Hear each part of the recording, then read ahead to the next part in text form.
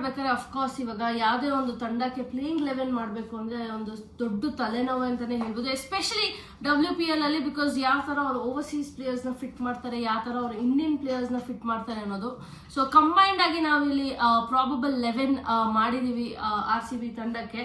So of course Danny white ಅವ್ರ trade ಇವಾಗ important ಅನಿಸ್ತಾ ಇದೆ. ಆಲ್ ದ ಮೋರ್ ಯಾರ ಜಾಗದಲ್ಲಿ ಆಡ್ತಾರಪ್ಪ ಅಂತ ಒಂದಿತ್ತು ಆಪ್ಷನ್ ಮುಂಚೆ, ಬಟ್ ಇಲ್ಲಿ ಮಾಲಿನ್ಯೂ ಮತ್ತು ಡಿವೈನ್ ಇಲ್ದಿರೋದ್ರಿಂದ ಅವರು ಸ್ಟೇಟ್ ಅಪ್ 11 ಅಲ್ಲಿ ಬರ್ತಾರೆ.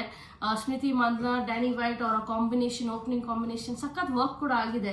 ಸೊ ನಂಬರ್ 3 ಅಲ್ಲಿ ಹೊಸ ಹೆಸರು ನೋಡ್ಬೋದಾ, ರಾಘವಿ ಬಿಸ್ಟ್ ಅವ್ರನ್ನ? ಮೇ ಬಿ ರಾಘವಿ ಬಿಸ್ಟ್ ನೋಡ್ಬೋದು. ಜೊತೆಗೆ ಆಕ್ಚುಲಿ ಮೇಘನಾ ಕೂಡ ಒಳ್ಳೆ ಸೀಸನ್ ಪ್ಲೇಯರ್ ಅವರಿಗೆ. But last year Smriti mind set ಹೆಂಗಿತ್ತಂದ್ರೆ ಎಕ್ಸ್ಪೀರಿಯನ್ಸ್ ಪ್ಲೇಯರ್ಸ್ಗೆ ಹೋದ್ರು. So may be initially starting ಅಲ್ಲಿ ನಾವು ಮೇಘ್ನಾನ ನೋಡ್ಬೋದು ಅಂತ ನನ್ಗೆ ಅನಿಸ್ತಾ ಇದೆ. ಸೊ ವನಿತಾ ಅವ್ರಿಗೆ ಮೇಘ್ನಾ ಅನಿಸ್ತಾ ಇದೆ. ನನಗೆ ಪ್ರಾಬಬ್ಲಿ ನಂಬರ್ 3 ರಾಘವಿ ಬಿಸ್ಟ್ ಅವ್ರು ಇರ್ತಾರೆ ಅಂತ ಅನಿಸ್ತಾ ಇದೆ. ಸೊ ನಂಬರ್ 4 ಅಫ್ಕೋರ್ಸ್ ಎಲ್ಲರ ಫೇವ್ರೆಟ್ ಎಲಿಸ್ ಪೆರಿ, 5 ರಿಚಾ ಘೋಷ್, 6 ಅಲ್ಲಿ ಕನಿಕಾ ಹುಜ್ ಅವರು ಕಮ್ಬ್ಯಾಕ್ ಮಾಡ್ತಾ ಇರೋದು ಈ ಒಂದು ವರ್ಷದಲ್ಲಿ.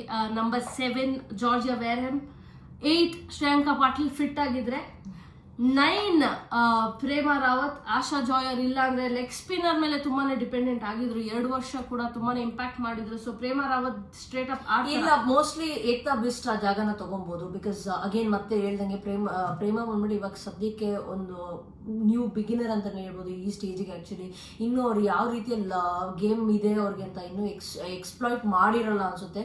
ಸೊ ಮೇ ಬಿ ನಾವು actually season campaigner Ekta beast ಅನ್ನೇ ನೋಡ್ಬೋದು ಸ್ಟಾರ್ಟಿಂಗ್ 11 ಅಲ್ಲಿ. ಸೊ ಪ್ರೇಮಾ ರಾವತ್, ಏಕ್ತಾ ಬಿಸ್ಟ್ ಅಥವಾ ಇಬ್ರು ಆಡ್ತಾರ, ಪ್ರಾಬಬ್ಲಿ 9 and 10 ಅವರಿಬ್ರು ಆಗಿರ್ಬೋದು. ನಂಬರ್ 11 ರೇಣುಕಾ ಠಾಕೂರ್. ಸೊ ಅವರು ಪೇಸ್ ಅಟ್ಯಾಕ್ ಅಲ್ಲಿ ಹೆಸರುವಾಸಿ ಆಗಿರೋರು, ತುಂಬಾನೇ ಇಂಪಾರ್ಟೆಂಟ್ ಕೂಡ ಆಗ್ತಾರೆ ರಾಯಲ್ ಚಾಲೆಂಜರ್ಸ್ ಬೆಂಗಳೂರಿಗೆ ಸಕ್ಸಸ್ ಆಗಬೇಕು ಅಂದ್ರೆ.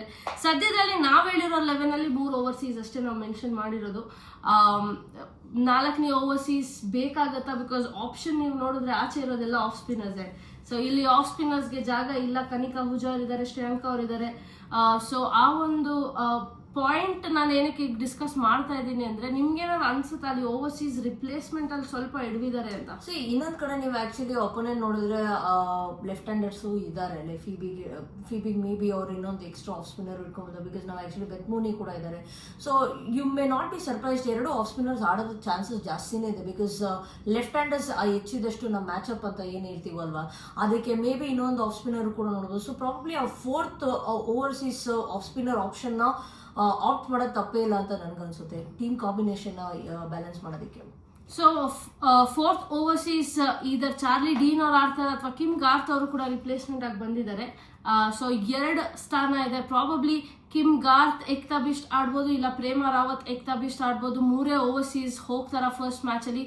ಸೊ ಸಿಕ್ಕಾಪಟ್ಟೆ ತಲೆನೋವಿದೆ ಸ್ಮೃತಿ ಮತ್ತೆ ತಂಡಕ್ಕೆ ಯಾವ ತರ ಒಂದು ನೋಡ್ ಬರ್ತಾರೆ ಅಂತ. ಬಟ್ ನಮ್ಮ ಪ್ರಕಾರ ಈ ಒಂದು ಪ್ಲೇಯಿಂಗ್ 11 ಸಾಧ್ಯತೆ ಇದೆ.